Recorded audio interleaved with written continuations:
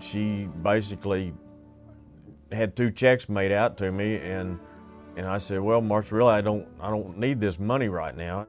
How she proceeded to move from being a legitimate stockbroker to a fraudulent Ponzi scam artist. She was very well thought of. She worked at a local bank here, was really my first acquaintance with her. Over the 4-year period that Marcia ran her Ponzi scheme, there were over 250 investors in the scheme. Marcia K. Schubert grew up in a farming and ranching family just a few miles west of Crescent in Dover, Oklahoma. She was the high school homecoming queen. Shortly thereafter, she married Richard Schubert, and they settled down in Crescent. While they were raising their 3 children, Richard ran a farming and cattle operation. Marcia became well known around Logan County while working in the banking, insurance, and securities industry. In 1992, Marcia became a registered broker with AXA Advisors, a national brokerage firm working from her office in Crescent. We sat down and I told her my needs and what my wife and I couldn't make enough income to pay my bills. And she said, Steve, we can do this. We can make you that much money. So as we sold this real estate, we'd just take the money over to Marcia, and my wife and I would sit down with her and ask her, how do you want this check made out? She said, oh, just make it out to Schubert and Associates.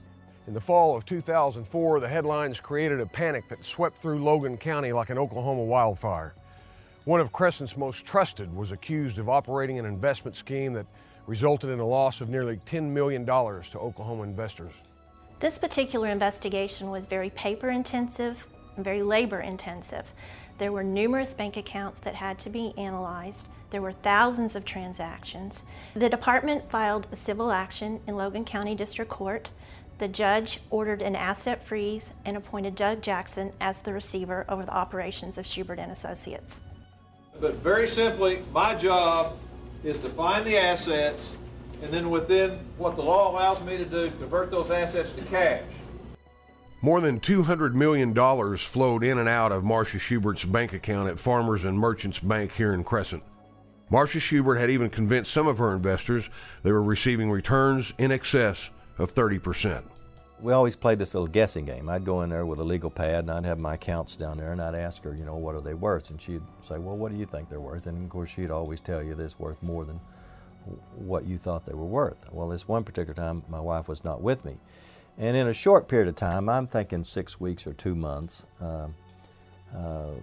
this one account, and it had made, according to her, over $100,000. What Steve Sanders, Richard Reynolds, and the rest of the participants in Marcia Schubert's investment program did not realize is that there were no investments. All of the returns that people were enjoying were simply fictitious because Marcia Schubert was running a classic Ponzi scheme. I believe Marcia has gotten maybe an 8 or a 10-year sentence out of this. My wife and myself have got life sentences out of this. Well, I've been a receiver in other cases, and I've represented individual receivers. I've never had a case like this.